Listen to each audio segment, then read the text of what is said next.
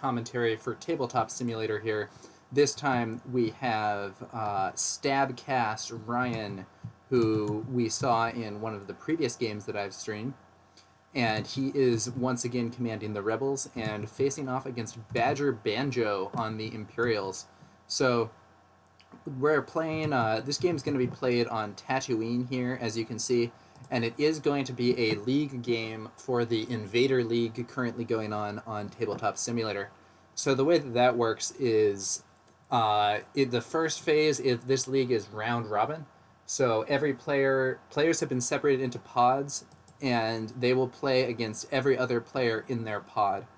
So we saw an earlier match with STABcast Ryan taking on Tezreal, and STABcast Ryan has the interesting honor of being he's actually the only Rebel player in his pod. So the pod is, I believe, 5 people, and it's 1 Rebel and 4 Imperials. So Ryan was remarking before the game, at least I only have to prepare for 1 matchup, and that's accurate. He is the only player in his group that's going to be using the Rebels, and as a result of that, he can kind of plan for dealing with Imperials. So we're going to take a quick look at the army lists being used here, and we're going to start with STABcast Ryan. So let's do a bit of an overview, and I'll bring things up on Tabletop Simulator. So this is a fairly standard list with we are using unreleased things in this league, and what that means is that it is possible, for instance, for him to use Leia, which he is doing. So taking a quick look at his characters here, we're seeing he has Luke Skywalker. So Luke is very powerful melee hero, has a decent ranged attack as well. He has red defense dice, which make him have the best dice of any Rebel unit in the game at present. He can jump over terrain with one of his moves. After he performs a move, he can do a free melee attack, so he can run into combat and get a free swipe in. And if he has a dodge token, he can spend it and enable deflect, which means that he gets defense surges. And if he's being attacked by a ranged attack, the attacker actually gets wounded for any surge that gets rolled on that red defense die. So the red defense die has 3 blocks, 2 blanks, 1 surge, so it gives a 1 in 6 chance to reflect damage onto your opponent and improves your save from succeeding half the time to succeeding 2/3 of the time. As we can see, his melee weapon also has Impact 2 and Pierce 2, and his ranged weapon has Pierce 2. Impact 2 converts 2 hits to crits against armored vehicles. Armored vehicles ignore normal hits, they only suffer crits, so Impact lets you convert some of your normal hits into results that can affect those. Pierce 2 causes the first 2 saves rolled by the opponent to fail. So that's Luke, very powerful melee model. He's been equipped with Force Reflexes, an upgrade that you can exhaust to gain a dodge token. Very straightforward. A little bit of extra defense there for the hero of the rebellion. And Jedi Mind Trick, an upgrade that you can exhaust to choose an enemy trooper unit at range 1 to 2 and give it 2 suppression tokens. This can be a powerful tool for suppressing a unit or even making it panic if they're out of range of a commander. And it can pretty reliably suppress a unit if they are in range of a commander, simply because you can only use the commander's leadership to prevent panic. You cannot use it to prevent suppression. So 2 suppression tokens on a normal squad with Courage 1, they only need to have 1 to suppress them. So they would have to clear both of them in order to avoid losing an action. Nice ability, a nice little upgrade for only 5 points. He then has Leia Organa, Princess Leia, strong character as well.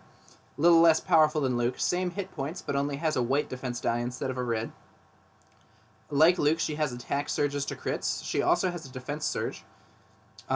She has 3 black dice with her gun, and 3 black dice in close combat as well, but at range, her gun only goes out to range 1 to 2, similar to Luke's gun, and inferior to most infantry weapons, which are range 1 to 3, but she does have Pierce 1, and she has one other ability that's very strong, which is Sharpshooter 2, reducing the defender's cover by 2. 2 is the maximum amount of cover in this game, so Sharpshooter 2 means ignore cover completely. So that's a little fun fact there, and it actually adds up to quite a bit of damage, and in some cases even makes her damage output better than that of Luke. If Luke shoots his pistol at a unit in heavy cover, he needs to get crits, either through rolling a natural crit or surging into one, in order to get through the cover, but Leia ignores that cover completely and therefore can potentially do more damage. She also has Nimble, which means that she takes the first dodge token that she spends in each against each attack coming at her. She gets back, gives her a little bit of extra defense, and she has two abilities that are maybe the main reason people take her: Take Cover 2 and Inspire 2. So Take Cover 2 lets you give dodge tokens to nearby friendly units. You can also use this. It gives out two tokens. You can give one to herself and one to a different trooper. And Inspire 2 lets you remove suppression tokens from other friendly units at range 1 to 2. So Luke is more of an individual combatant with some very strong personal stats. But Leia provides some more support for your army with the ability to hand out some tokens and remove suppression from your troopers. So a lot of Rebel players, including myself, have chosen to take both Luke and Leia because they also kind of synergize with each other. For instance, you can use that Take Cover ability to choose. It chooses friendly trooper units. Luke is a trooper. There's a lot of confusion on this point, and it comes from, I think, similar terminology in Warhammer 40k with a different meaning. In this game, trooper means infantry. Trooper means infantry. It does not mean basic troop squad. The term for basic troop squad in this game is corps. So a corps trooper unit is what would be called a troops unit in Warhammer 40k. Trooper unit just means infantry, and you can have, there are corps trooper squads, there are commander troopers, there are special ops troopers that they're not out yet. There could even be heavy troopers in the future. Trooper is not a rank. Trooper is the term that this game uses to refer to infantry. So that Take Cover ability can be used to give a dodge token to Luke, and when he spends that dodge token, it will enable his Deflect ability. So there's a little bit of synergy between Luke and Leia there, as well as in some other things that we might see as the game progresses. So he then has two ATRTs. So ATRT is the only Rebel support unit currently available. It's a walker that does have armor, making it resilient to basic hit results. It can climb over terrain, unlike mini vehicles, and by default, it's equipped with a strong melee attack and a weak ranged attack. So it does have surges to crits also, which make its attacks a little better than you might think, and also mean that any weapon that it fits to it will have that as well. It looks like Ryan has chosen to have one ATRT with the laser cannon. That's a heavy weapon with impact 3, good for attacking heavy vehicles at range, and it goes all the way out to range 4. It's quite a powerful gun. The other ATRT is instead equipped with the Flamethrower. Now, this weapon has some unusual rules. It has Blast, which ignores cover completely. It has Fixed Front, which is the defender has to be inside your front arc. The laser cannon has that as well. You can time a 40k player for saying las cannon. And it has Spray. Add this weapon's dice to the attack pool one time for each miniature in the defending unit to which line of sight is not blocked. And what that means is if you shoot this weapon at a squad of 6 troopers, it actually rolls 12 black dice, because you add those 2 black dice one time for each of those 6 troopers. That makes this weapon absolutely terrifying. In conjunction with ignoring cover, this can legitimately kill trooper units in one hit, especially Rebel troopers who have worse armor. Very, very frightening weapon, but it only works at range 1. The ATRT attracts a lot of fire when it's coming in to get to range 1, and quite frankly, a lot of the time it dies before it gets there. But if it does get there, the sparks are going to fly. So that's those are the ATRTs, and that's going to be the unusual aspects of the Rebel force. The rest of it is just going to be troopers. But he has opted for one thing that's a little interesting. He's using both special weapons. So Rebel troopers have one hit point, 1 courage, white attack die on defense, but they do get a surge, black attack die at offense in both melee and ranged. They have Nimble. After defending, if you spent 1 or more dodge tokens, gain another dodge token. Nice little rule there. And they are equipped with with 2 different special weapons in this list. So 2 of the trooper squads have the MPL-57 Ion Trooper. That adds a powerful gun here. It has Impact 1, so it can get some damage in on vehicles. It has Ion 1. That gives an Ion token to a vehicle that's wounded by it. If you take an Ion token, that means that you lose an action on your next activation. So taking an Ion token can be very negative for a vehicle, and the Ion Trooper can do that In fact, if you stack 2 ion tokens on a vehicle, it actually is going to lose its next activation completely. The downside is the ion tokens are removed after the vehicle acts, so you have to keep hitting them with it in order to keep them shut down. The one downside to this weapon is that it does exhaust to fire, which means that you're going to need to take that recover action to reload it, and the action economy of that weapon is not so good. However, it does pack a punch, and it can be used to remove actions from, or potentially even remove the entire activation from, an enemy unit that's much more powerful than the minimum size trooper squad plus this special weapon. So we'll see how those ion guns fare. The other trooper squads have the extra rebel trooper upgrade to bring them up to 5 guys, and the Z6 trooper. The Z6 trooper is equipped with basically a Star Wars minigun, the Z6 rotary blaster. It rolls 6 white dice. Now, rebel troopers don't have attack surges, so those 6 white dice aren't quite as good as they might think, but at the same time, the Z6 trooper adds a lot of firepower against infantry, and if you're rolling against vehicles, it adds a lot of chances to roll crits.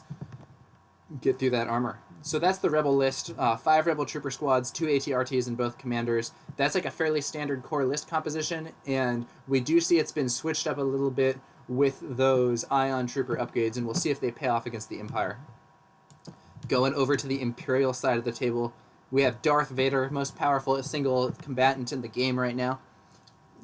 He has 8 wounds, which is a huge amount. He's totally immune to suppression. Like Luke, he has deflect and immune to pierce. Similarly to Luke, he can attack after moving, though he can do a ranged attack as well as a melee attack. You'll notice that he doesn't have a ranged attack by default, but many players equip the Saber Throw card to allow him to use half his melee dice at range. He also has Master of the Force 1, allowing you to ready one of your Force upgrade cards during the end phase. This means that, Force Reflexes, Force Choke, Force Push, cards like that have to exhaust to be used. He can just stand that card up without having to take a recover action. So he's got some good action economy there. And he has 6 red dice with Impact 3 and Pierce 3, which makes him terrifying in close combat. Most powerful single attack in the game. We see that the Saber Throw card has indeed come out, allowing the ranged attack with that half those Saber dice. That would be 3 red dice. It does keep Impact 3 and Pierce 3, which means that's quite a nasty ranged attack indeed. But it is only range 1 to 2.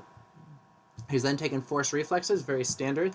Many players take Force Reflexes on Vader and just use it every turn to get that free dodge token, enable deflect, make you harder to kill. And he does have Force Choke.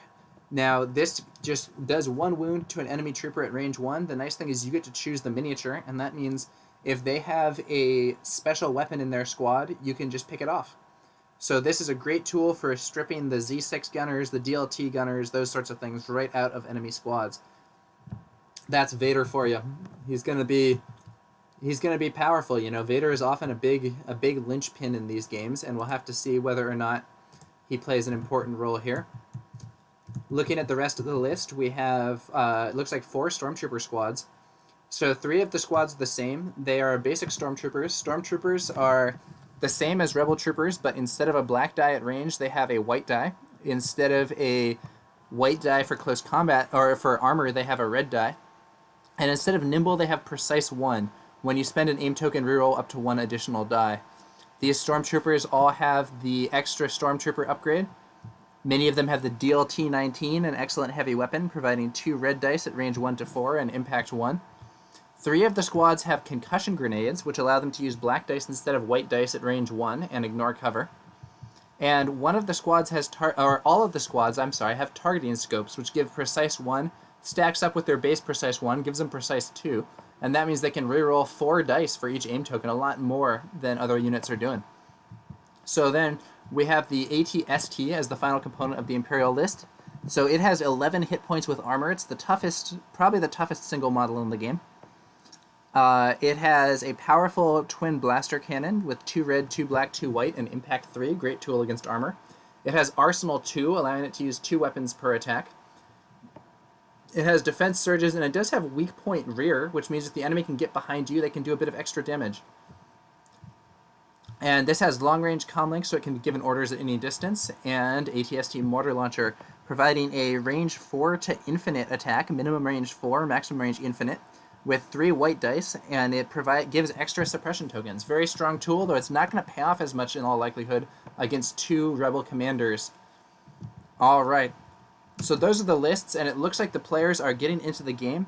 On the first turn, we've seen the push command card activating 2 Imperial units versus the standing orders command card, which I can't show you because it went back into hand. That card gave 1 unit, and it looks like the Rebels chose to activate Luke with their 1 choice. The Imperials are now activating some troopers. As we can see from the deployment, we have over here the ATST with kind of a commanding view of the battlefield. The Rebels have 1 squad here moving up with Leia, 2 ATRTs here, and they have a large force in this area with Luke and 4 of the Rebel trooper squads, including both of the ion guns.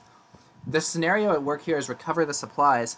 So there are some objectives on the battlefield, and they can be picked up by trooper units and then carried around, and you win by having more objectives picked up at the end.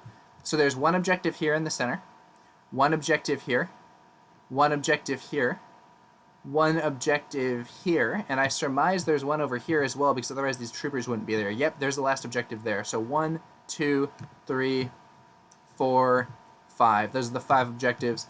Based on this deployment, I surmise the green troopers are going to go for this objective, the blue troopers are going to go for this objective, and these Rebels and Leia are going to have a showdown over this objective with the yellow troopers moving for it, plus perhaps a battle in the middle.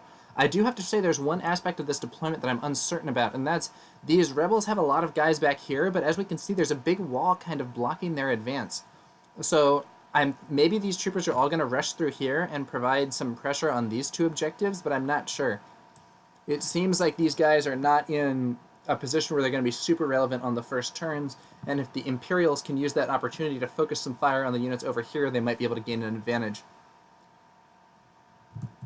So that's the situation looking at the start of this first turn, and we are seeing some initial moves taking place as well.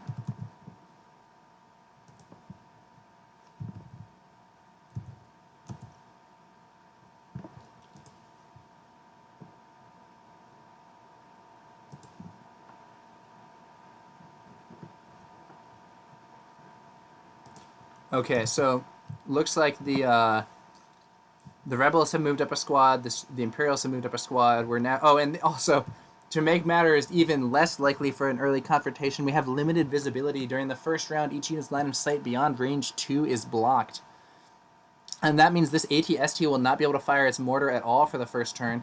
During the second round, each unit's line of sight beyond range 3 is blocked. That means it won't be able to fire the mortar for the second turn. So that's going to be quite negative for the Imperial player here, as he has longer range weapons.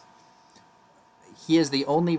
there's the ATRT laser cannon for the Rebels, but aside from that, all the Rebel weapons are range 3 or less, and the Imperials have a range 4 weapon on every squad, plus the ATST, of course, which means they're going to be much more constrained by this limited visibility card. In general, this card favors Rebels over Imperials, as the Rebels do tend to be shorter range. That is what we're seeing as well in this game. Looks like these Stormtroopers are moving up. They are not quite on the objective, but they are definitely putting a lot of presence here. One thing we could see is the Imperial player grabbing some objectives early and then running his forces back towards the ATST, try to force the Rebels to come to him and create kind of a defensive line with his initial advantage in terms of where his units are deployed. Now, this is being activated in the wrong order, I do think. You should move the yellow ATRT before the purple ones so that you don't get blocked. Oh, but he's just going to move up twice. And I surmise that means that the purple ATRT is the one with the flamer. That's indeed correct. It is ATRT...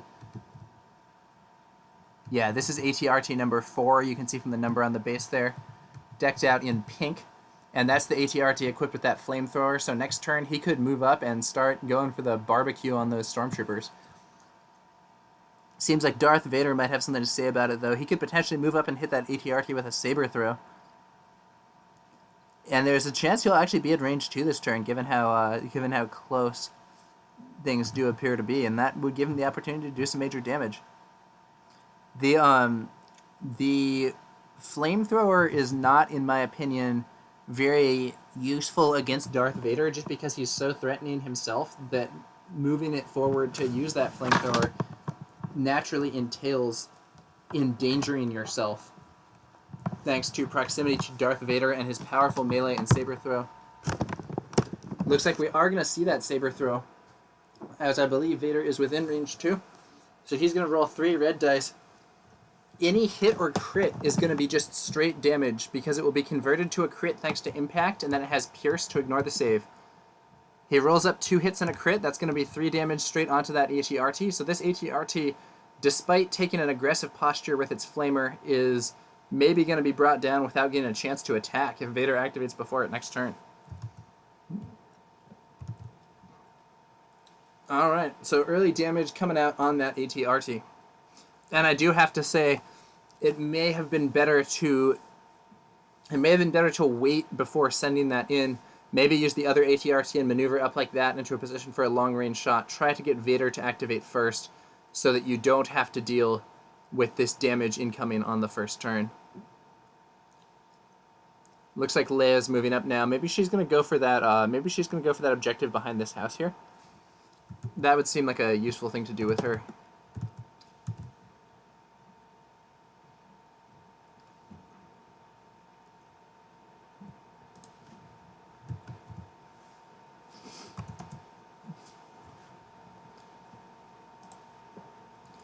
Okay.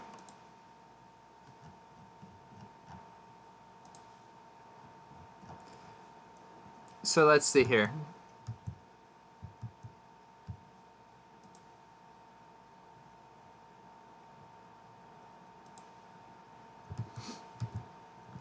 Yeah, Leia's moving up.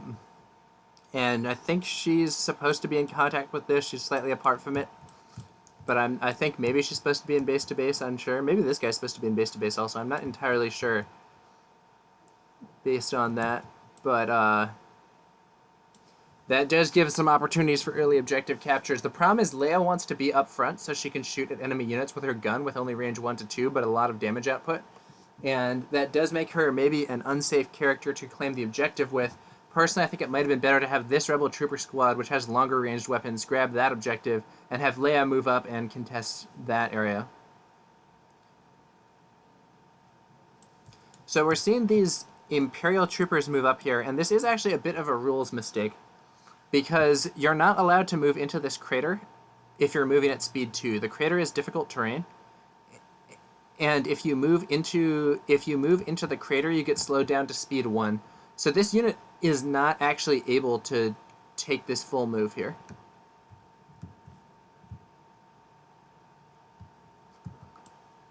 And we'll see whether or not they fix that. The league policy in this league is that streamers not comment on any mistakes or scenarios. So I am not going to be providing, I'm not going to be telling them that this is an error. This unit is moving too far, though. They are not legally able to take a speed 2 move into this crater, as it is difficult terrain.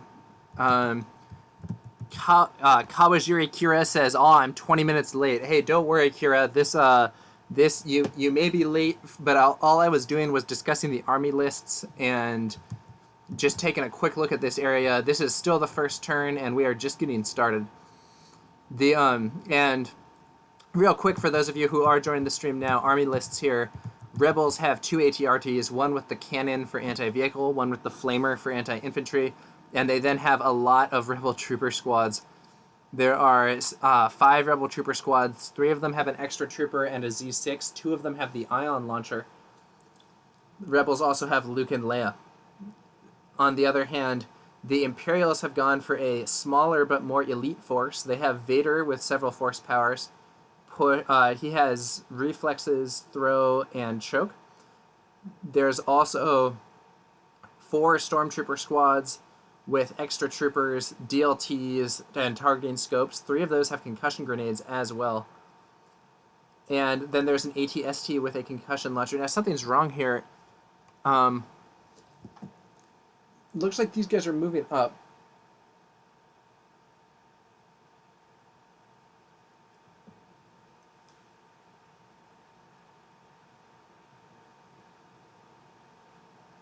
Not altogether sure what this guy is thinking here. I think he may think that his troopers can climb this wall easily, but that is not correct rules-wise. You actually have to move into base-to-base with the wall and spend both of your actions to clamber over it and roll 2 white defense dice for every guy, and on a block result, the guy will die. This is extremely risky.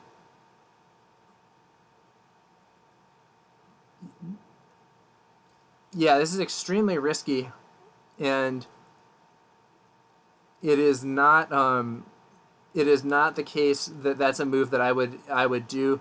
It looks like he is preparing to clamber over, but because it will take both of their actions, I think this is really, really unwise. I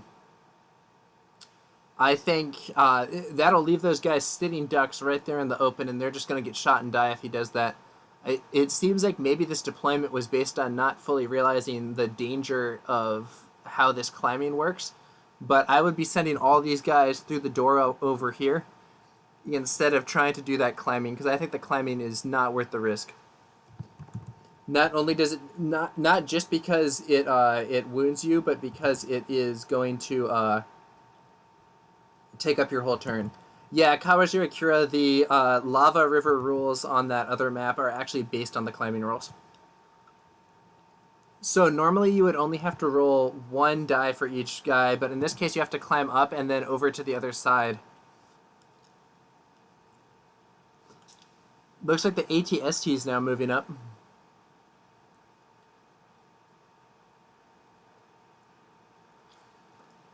Now, one nice thing about Luke, however, is he can just jump right over this wall with his jump ability.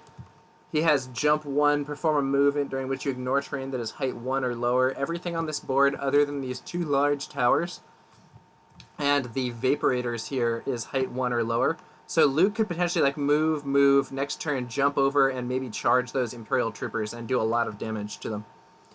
So for Luke, who can jump easily, this wall is scarcely a barrier at all. But for these rebel troopers who do not have that advantage, the wall is a serious issue. And it's going to be tough for them to overcome that. It's going to be tough for them to overcome that, in my view. I think that it's actually going to be so negative for them that they shouldn't even be there, but we'll have to see how this game continues.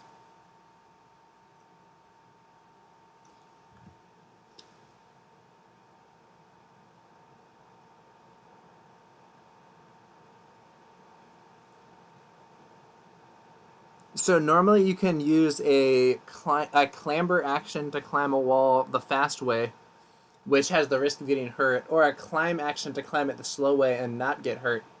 But in this situation, because you would have to use both your actions, one up and one for the other side, you have to clamber, and thus are at serious risk of death, which is not really what you want to do. Alright. The ATST has moved up over here. There's a standby token here. Maybe the ATST did a standby. If so, that's illegal. Standby is actually an action that only that action is only available to troopers. It is not available to vehicles. Purple rebel troopers attacking aggressively. Probably going to put the guys over there. So this radius here is the radius in which you can put down your guys around your squad leader. So he's probably going to put these guys up here behind this barricade to get cover from these Imperials. They moved twice, so they won't have the opportunity to shoot this turn, but they're going to be in a nice position to take some shots on those Imperials next turn. As from this, you measure cover from the squad leader, so from this rebel squad leader, he can see more than half of these guys without cover. These guys would get the one cover from that crater that they illegally moved into, but if the Imperials were to shoot back, as you can see, more than half the rebels are behind the barricade, so the rebels have cover 2. And these Imperials have the squad leader over here, so definitely cover 2. Furthermore, the rebels will have the if they take a dodge token, they can use nimble to keep taking it, so they could potentially use that to be in a position where they can weather a lot of firepower if they have cover 2 and a dodge token that keeps coming back. They can weather a lot of firepower indeed. The green Imperial troopers are moving up here to be able to claim this objective soon. Now, I will say that squad is going to be threatening to the purple guys, as they could come over here and flank them. Cover in this game, in general, it seems like there's more of an emphasis on non-area terrain with the barricades and so on than we've seen in some other miniatures games. And as a result, flanking can be very strong. So for instance, if these guys were to move down to here, from this position, they would be able to see most of these guys without cover and potentially do some major damage. Now we're seeing some green rebel troopers moving up. The green rebel troopers are moving... now, I have to say, I think this unit has not been deployed in an optimal spot. It's going to take them quite some time to get into the fight. So I'm a little worried that even though these purple rebels have a good position, they're going to be overwhelmed because there's just too many units in this sector, and their teammates here aren't going to be in range to support them fast enough. But this is one of the Ion squads, and that does mean it's probably going for the ATST. And as you may have noticed, the ATST is extremely tall. So these guys are actually in a position where they might be able to start shooting Ion at the ATST over this wall. And because the ATST would not be 50% obscured, it would not have cover. Though it's going to depend on the specific angles. Of course, the ATST itself can also see over the wall very easily and deny cover to those guys. I believe this league does 50% by height. So looking from here, it can see up to about there, which I think is that's pretty close to 50%. It'd be hard to tell whether it would have cover from there. But we'll have to see what else happens. Looks like the other Ion... Is this the other Ion squad, or is this another... Yeah, this is the other Ion squad, also moving up. So we could see these Ion troopers firing their weapons at the ATST over the wall here, while these Z6 troopers engage the Imperials, and they do have Luke there to support them as well. This could end up being an interesting plan for the Rebel player. Talk Polite says that he let them know about the movement thing. Should be fixed from here on out. Nice, nice. Happy to see that. The you know, it's early on. It's early on in the league. It's early on in the game's life. This game has barely even. I don't think this game has been out for a month actually. Maybe it has. But we are gonna see a lot of unfamiliarity with the rules early on, even from people who are playing this league, just because that's the way it is when a game is first coming out. You know, if you look at some of the recordings from the early L5R league, you had all kinds of scenarios with people forgetting the Imperial favor, just making other mistakes, disputed rulings, all kinds of stuff. And so Legion is in that early lifespan, which in some respects is, you know, a little less focused and polished than the interactions in a more competitive game, a more established competitive game. But at the same time, it is also exciting because, you know, we're kind of seeing people figure out the meta as we speak. And yeah.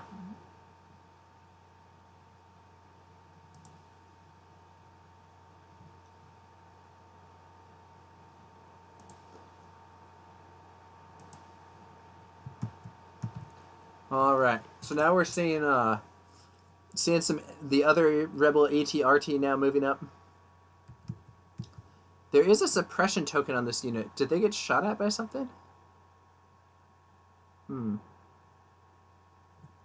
Well, if they did, I did not note it. Oh, Luke jumped over the wall and used his mind trick ability to give them 2 suppression. So we see the Rebels playing really aggressively here. And this is actually pretty interesting because Vader is here to threaten that ATRT, but there's actually a plethora of targets. Looking from this ATRT, so the ATRT can shoot at the stormtroopers. They have cover too, and he can only kill this one squad leader out there. Looks like he may be...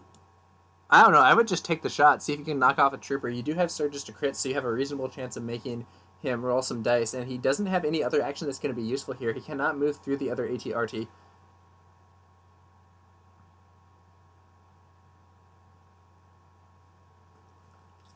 Maybe he's pivoting? Yeah, so he pivots to face that way. That kind of makes sense. So instead of taking the shot on those troopers, he's going to get ready to maybe move like that and engage the AT... Maybe try to engage the ATST next turn. And that's actually going to be the turn. So on this first turn, Luke used his mind trick on those troopers, put a little bit of suppression on them. A lot of units moved up. Vader used his saber throw to put 3 damage on the flamethrower ATRT. And aside from that, no damage was inflicted thanks to the old limited visibility card. Limited visibility. Useful card to have if you're trying to move in and get close without getting shot up too heavily.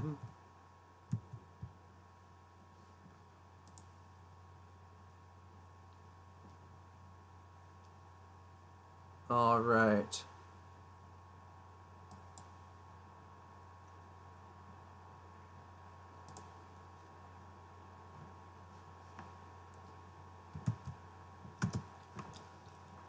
The players are picking their command cards for this turn. The command cards are a dynamic that determines who activates first and how easily they can control their army. We see Vader using Implacable. Nice, nice. At the end of Darth Vader's first activation, he can suffer a wound to shuffle his order token into the order pool. During the second activation, he performs one fewer action. So this basically just lets Vader do more stuff. And Vader is indeed the only unit activated. Luke, on the other hand, uses My Ally as the Force to activate 2 trooper units. When a friendly trooper unit is issued an order, it gains a dodge token. One of them will be Luke himself, giving him a dodge, which enables his deflect, and one will probably be some of these troopers. These purple troopers would be a great target, but they're probably out of Luke's range. If they were in range, giving them a dodge here would allow them to aim and shoot at some of these troopers and potentially do some very major damage. Looks like the teal troopers there, who are potentially going to be climbing the wall, are the ones given the dodge, which, it makes sense. If they're going to climb the wall, it's going to take their whole turn and they won't be able to do anything else. So this will give them a little extra protection, but I do think climbing the wall at all may be a foolhardy venture. We'll have to see.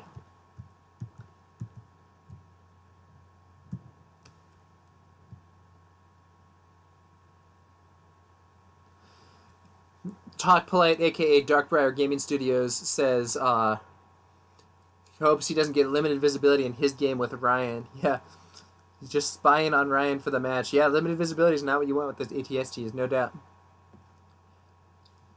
Oh yeah, and Kawajiri Kira, you're welcome for the commentary. I enjoy doing it. Shout out to the organizers of the league, of whom Talk Polite, aka Darkbriar Gaming Studios, is one. And Darkbriar Gaming Studios did link to the Discord. There is also a link in my channel description on Twitch, both to the Discord itself and to the Tabletop Simulator plugin that people are using to play this out. Looks like Vader has chosen to ignore that Flamer ATRT and go for Luke instead.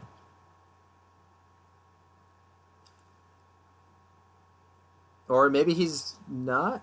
No, he went for a saber throw on Luke, getting 2 hits. Luke didn't use his dodge and took 2 wounds. So saber throw doing some damage to begin with. Luke should take a suppression token as well. Now the interesting thing here, I'm not sure going for Luke is so wise, because there's 2 things here. Number 1, Luke can activate before Vader gets his second activation, and he can run over here and attack these troopers, kind of leaving Vader in the lurch. Because Vader only gets 1 action during his second activation, which will not enable him to get into close combat if Luke does move, and engages the troopers over here. Furthermore, it means this AT-RT can potentially move up and use its Flamer to do some major damage to these yellow troopers, though it won't have line of sight to all of them, which will somewhat restrict its ability to wipe them out. It could probably move to about here, and from there, it could see... I'm not entirely sure where it would be, but if it were here, it could see 4 of them, and you really don't want that... You really, really don't want that Flamer hitting your guys. Interestingly, Luke isn't being chosen to activate. I would absolutely choose to activate Luke here. Maybe he's just checking some ranges.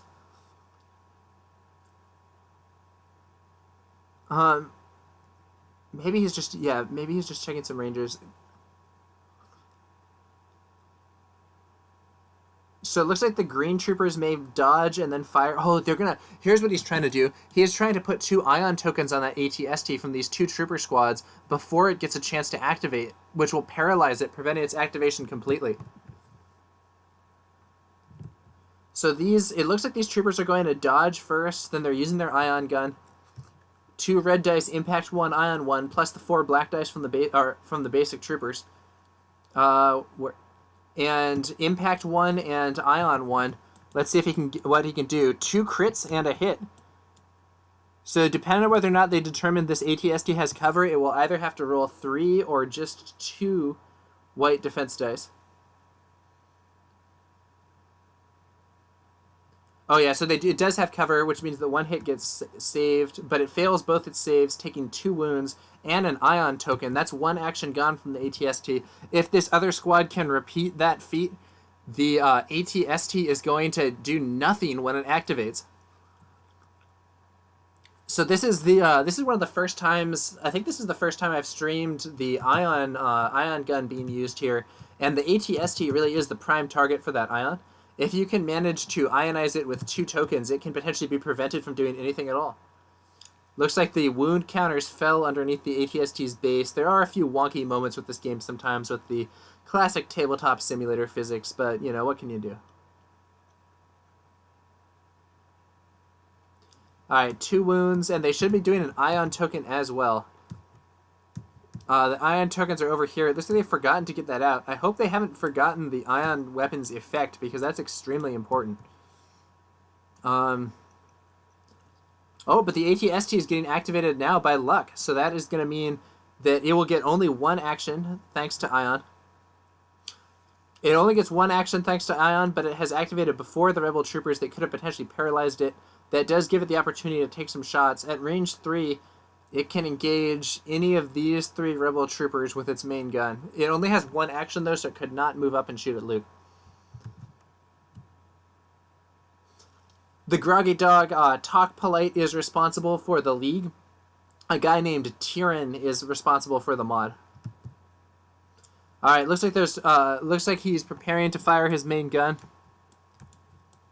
So if he fires on... So the turquoise rebel troopers have cover 2. The other rebel troopers are in the open. The turquoise troopers and the green troopers have a dodge. Here comes the shooting. Who's he going for?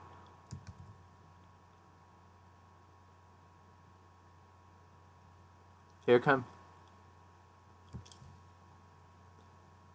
3 hits and a crit.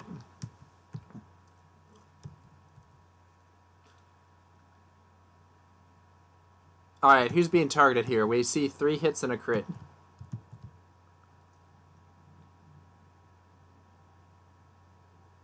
Okay, so he was shooting at a unit.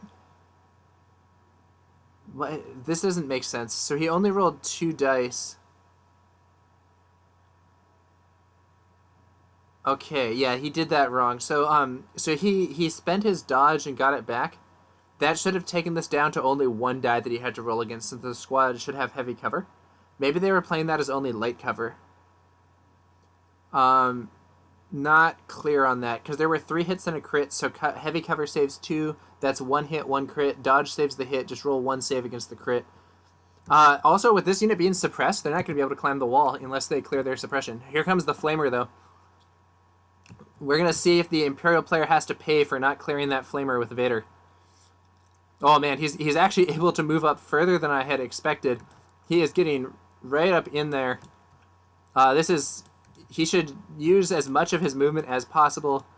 It does look like from here he can see part of 4 of these stormtroopers, so that would be 8 dice. Oh, but he's changing his movement a little bit. Yeah, he's going more direct. That's a smart move.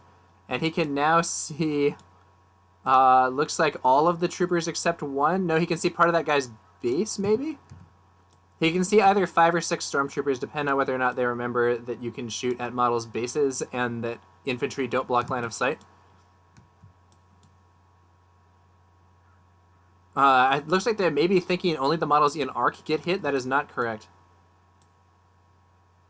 Yeah, so they're only rolling... He's saying that he's only going to roll 8 because the arc only gets 4 of them. That is not how this weapon works.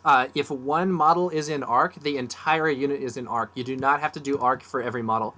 So he's rolling fewer dice than he should, but he still gets 7 hits. Since those surges turn to crits. This ignores cover. 7 saves for those stormtroopers. They could take some very major damage. 7 wounds on the stormtroopers. That is not what they want to see.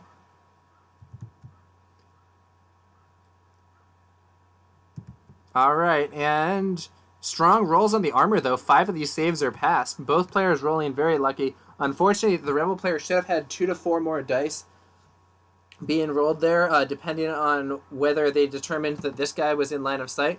But they... You know, I'm also... I should look that up to confirm, but I'm pretty sure if 1 model's in arc, whole unit's in arc, you don't need to use arc to determine... you don't need to use arc to determine which models can be hit. This squad should also take a suppression token.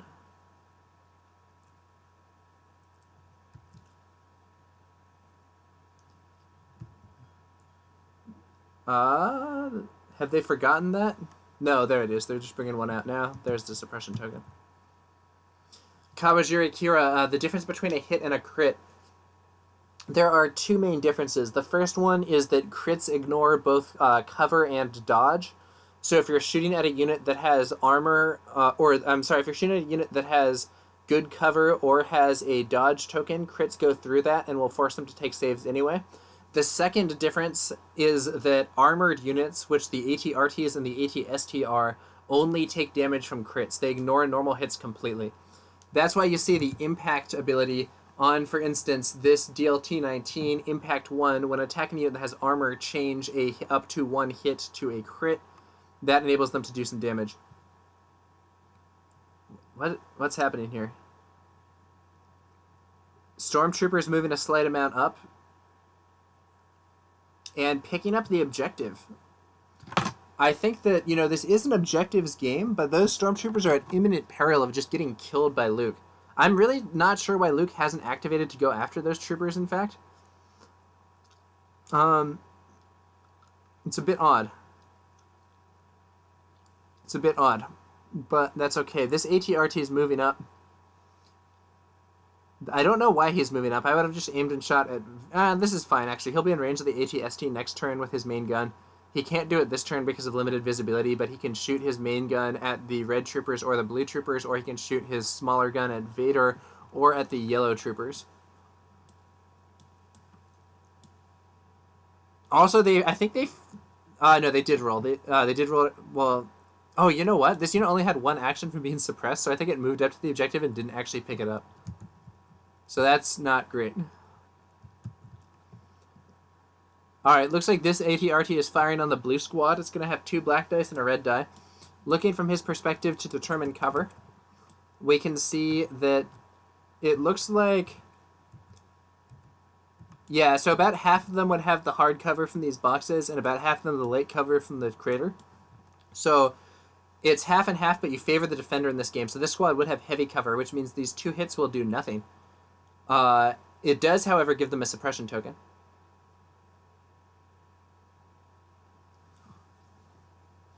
Yep, and now that might impair the Imperials' action economy. I do think the activation order here has been somewhat dubious. I would want to get Luke out of there before Vader can hit him. But now maybe Luke is going to take on Vader. Who knows? But I personally like to use Luke against troopers instead of using him against Vader, simply because Vader ignores Luke's Pierce, and Pierce is a great way of dealing with those red defense dice that Stormtroopers have. Unlike most Star Wars media, Stormtrooper armor is very effective in this game.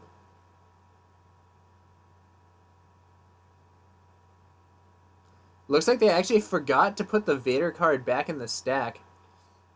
So they're shuffling that up and redoing it, it seems.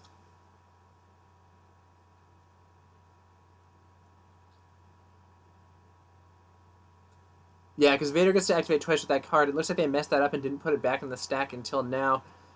So STABcast Ryan is letting him do it now, but, obviously we can't roll back the chance that Vader would have been activated earlier. Trying to clear suppression for the yellow troopers and failing only 1 activation from those yellow troopers. And they are in a lot of trouble. Next turn, that ATRT could move up and just blast them again with the flamer. Looks like they're actually going to attack the ATRT. So their normal troopers can throw concussion grenades, upgrading their white dice to black dice, but it doesn't really matter because only crits do anything. So 3 blacks and 2 reds. They did know that they all had line of sight to it, but they didn't.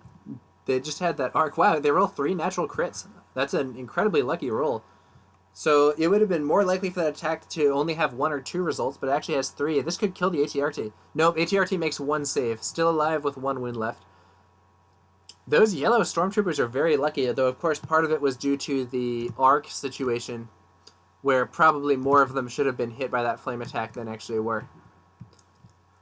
Alright, let's see. Rolling a vehicle damage result, disabled result, which means that it will take 2 actions to move, though you can still pivot for free. So that's going to inhibit the ATRT's ability to move up and engage another unit, though I do think he is not long for this world anyway. Alright, if I'm the Rebel player, I really want to activate Luke now. Huh. Looks like he's just pulling more counters. Another trooper squad activates. Maybe these guys are going to aim and shoot the blue squad, perhaps?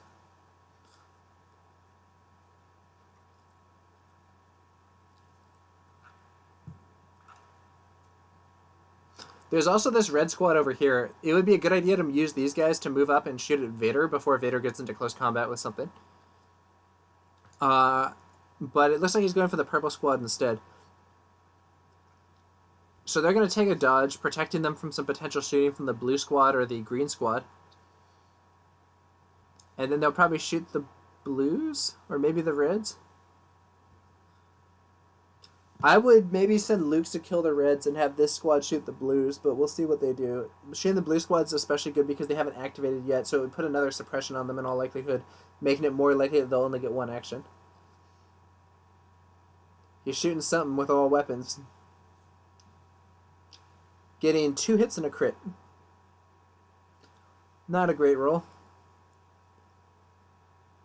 So who is he shooting?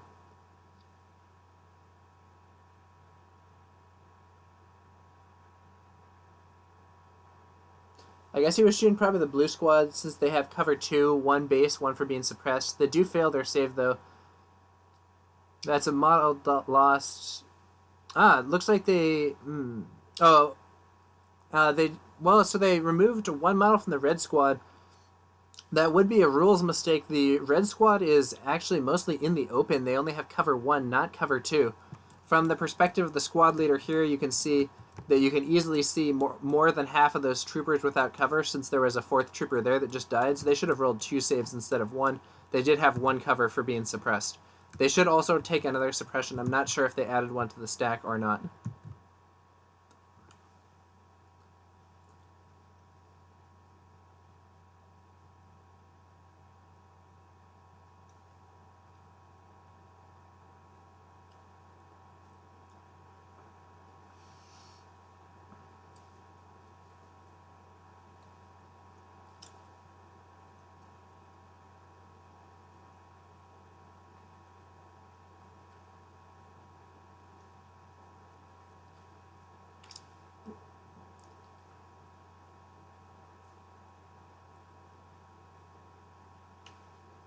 So, in terms of the objectives, the Imperials have moved their forces onto 3 of the objectives here. The Rebels have Leia on that objective. She'll probably pick it up and then move this way. But the Imperials are going to soon have some objectives and maybe be able to move back with them and draw the Rebels into this ATST. We'll have to see how that goes. One option for the Rebels also, they can have this unit shoot the ion gun at that ATST. The ion token does not get removed at the end of the turn. There's an aim token? That seems wrong. They don't clear their suppression. So they only have 1 action. Aiming is definitely not the action you want. They either want to pick up the objective or just shoot, and probably I would shoot. Yep, looks like they're just going to shoot. So they're going to shoot the purple squad. So the Rebels have the benefit of heavy cover and a dodge, which means that the first 3 hits will be ignored here. The Imperials will roll 5 white dice and 2 red dice. They're hoping either to get lucky and roll a large number of overall results, or to get some crits to go through that cover and dodge. That's another reason it might have been better. Well, we'll see.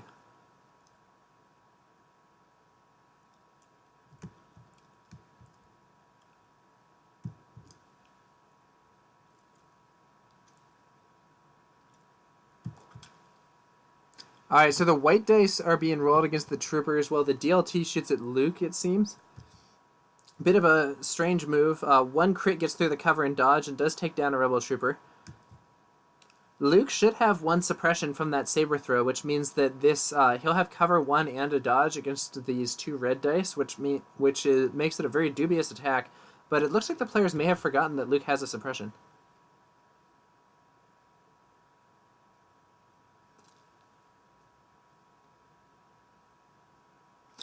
Let's see if... Also, it's from the perspective of the squad leader. Yeah, I don't think he has cover from that, but he should have 1 cover for being suppressed. So we get 2 hits. So it should be 1 cover and a dodge. It looks like he's just rolling both. He's gonna dodge and roll 1 save. He fails the save. So they did that.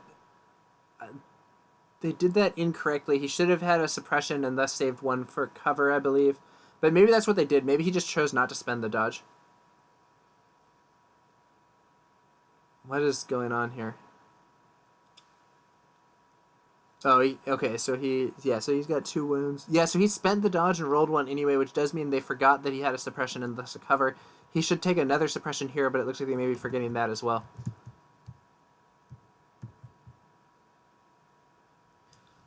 Luke is now activating, it seems.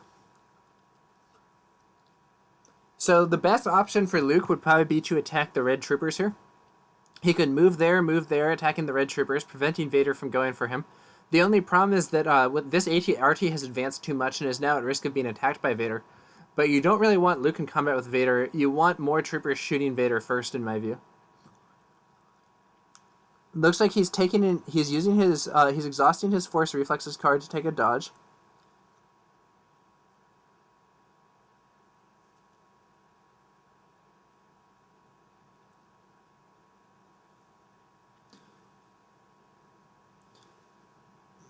So apparently he recovered and then used his mind trick there, as well as using his reflexes.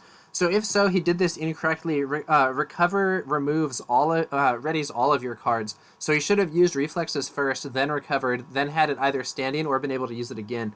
But instead, it looks like he recovered his first action, used reflex after the recover, which wasted the ability to recover it, and then moved to attack Vader, getting 2 crits and a hit.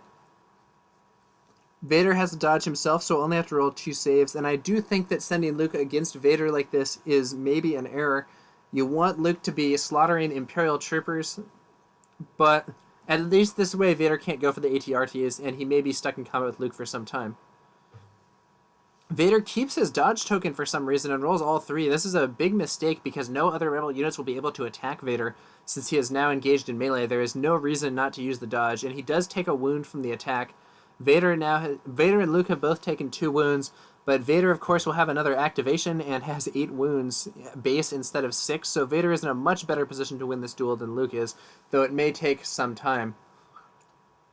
The green troopers, I believe, are the only Imperial unit left other than Vader's second activation.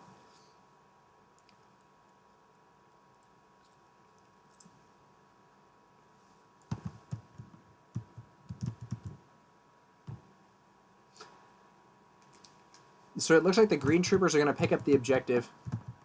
Kawajiri Kira says, feels like Luke should exploit his superior mobility and run away from Vader culling troopers. Yep, exactly agreed. That is what I would be doing. I would have activated Luke way sooner in the turn, actually, and sent him after those red troopers. Because I think that if you can get... Luke is well suited for killing troopers and wants to avoid Vader until you've softened him up with shooting. So probably what I would have done is had Luke activate earlier on, go for the red troopers, have this AT-RT stay back, aim and shoot Vader, have these red troopers move up and shoot Vader, have Leia move up to put more shots on Vader next turn. Ideally, you whittle him down a bit, and then you send in Luke to attack him once he's already taken some damage, and Luke can be used to finish him off. So it looks like these guys picked up the objective and then moved. Except they left the objective counter there, which is not right. It should move with them alongside the squad leader.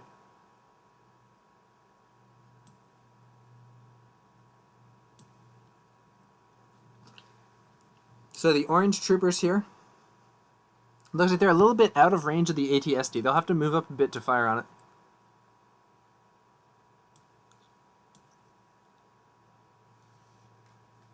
So probably they will move up and then fire their weapons, see if they can put an ion token on that AT-ST and soften it up for next turn.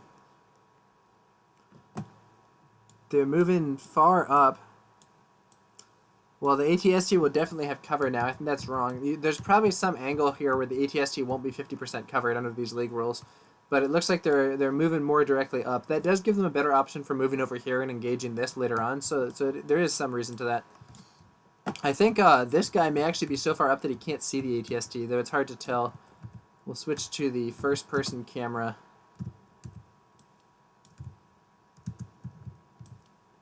Yeah, so this guy actually probably can't... you can see a tiny amount of it, I suppose. Okay, whatever. Alright, he scores 4 hits and a crit. Very lucky roll. So even with cover 2 saving 2 hits, that's going to be 1 base and 1 from impact for 2 crits on the ATST, 2 white defense dice being rolled, and if it fails, unless it passes both of these, that's another ion token on there for next turn. It fails 1, so it takes 1 more wound and an ion. These ion troopers have been quite effective against the ATST this game, though they have been rolling a bit lucky. So he'll take a wound,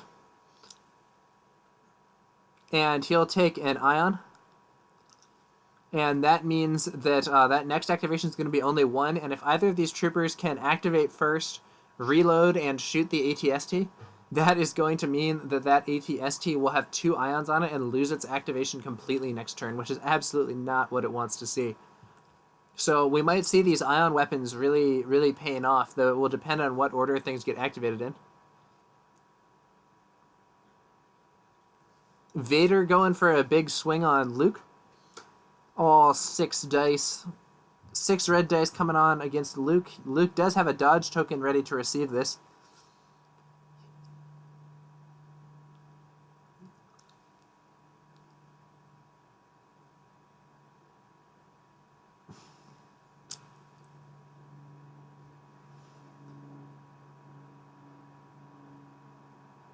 So Vader actually can force choke and kill this squad leader if he wants to.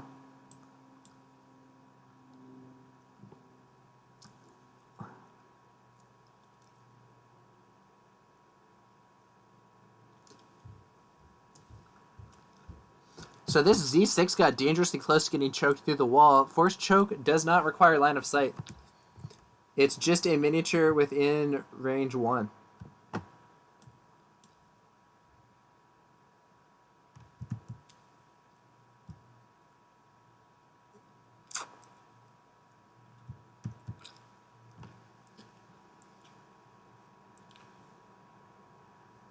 So it looks like he is going to use that force choke to get the free kill on those rebel troopers.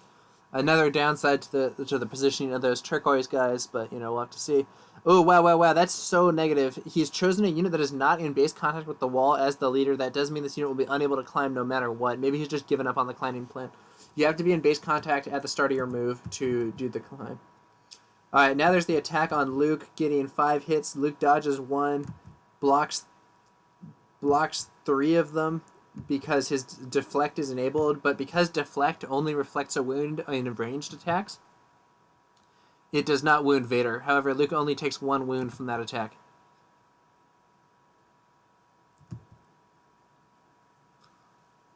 So Luke has probably now taken, what, 3 wounds? Looks like they... had he already taken 3 wounds?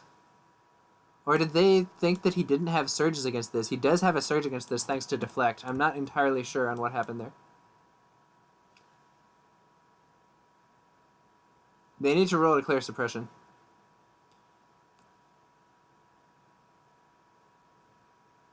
They need to roll to clear suppression. And that guy, what? I guess maybe they're treating this box as part of the wall for climbing over it. Now they would have to roll 2 white dice for every guy in the squad. Whoa, well, they're definitely doing... So, climbing this wall takes both your actions. They're doing this really wrong. They're having it take 1 action, they're not rolling for damage, and then they're shooting afterwards, and I think they forgot to roll for suppression. So this squad is operating above what the rules would normally allow. And looks like they've shot...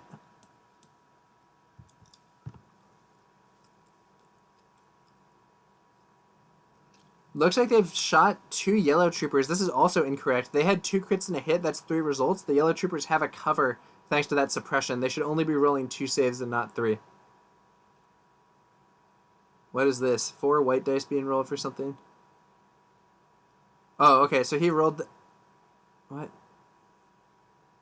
Oh, okay. So it sounds like they've now remembered the climbing potential damage. So they rolled those 4 dice and didn't get any blocks, so no one died for climbing. They would have to roll it twice, but I guess maybe they thought you could clamber over this with 1 action. I don't believe that is correct. I think all the Imperials have activated now. So we're going to see what the other Rebel units do. So Luke should... these troopers should have activated probably before Luke engaged Vader. so they could have taken shots at him, but maybe they're just going to run over here and go for that objective. Leia picks up that objective. I do think there's a bit of an error here. These objectives should be moving with the guys who picked them up. You don't just like mark them and they stay on your side. They actually move with the squad that claims them. So we are seeing some maybe that is a little unorthodox in how the that works.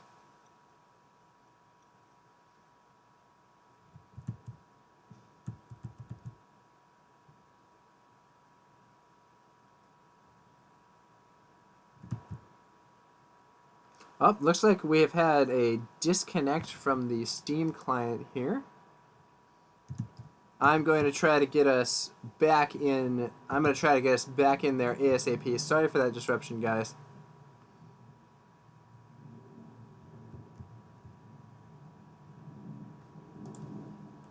And let's see here.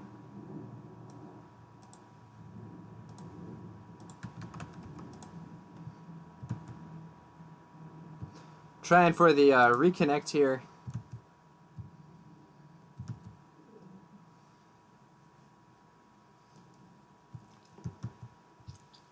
So it says it's connecting, but we are not. I am not seeing the. I am not seeing failed to connect here. I'm wondering if the host went down. Luckily, Tabletop Simulator has robust autosave. STABcast had been streaming this, and his stream is now offline, so I think he may have lost his connection. I'm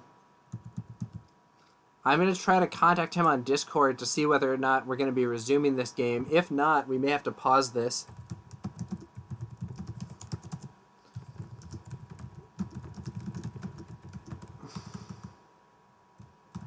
Apologies for this disruption.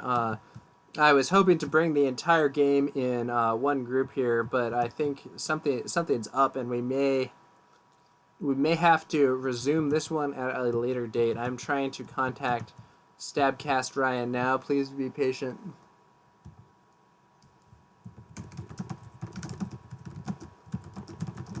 So because the game disconnected and his stream disconnected, my suspicion is that Ryan has lost internet, which would likely forestall this game.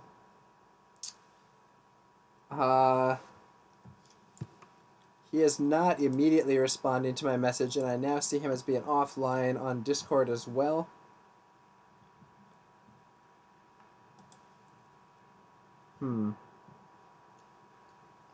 Well, you know, I think we are unfortunately going to have to call a break on this one. I will let you guys know.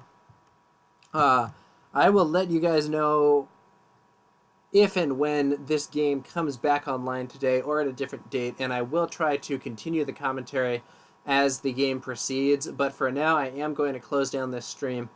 Apologies for the disruption, and I am hoping to come back soon with the remainder of the game. Thanks for watching. And I guess this will be, this is going to be part 1, and there will hopefully be a part 2 later on. All right. Thanks for viewing, guys, and I will catch you with the remainder of the game later on.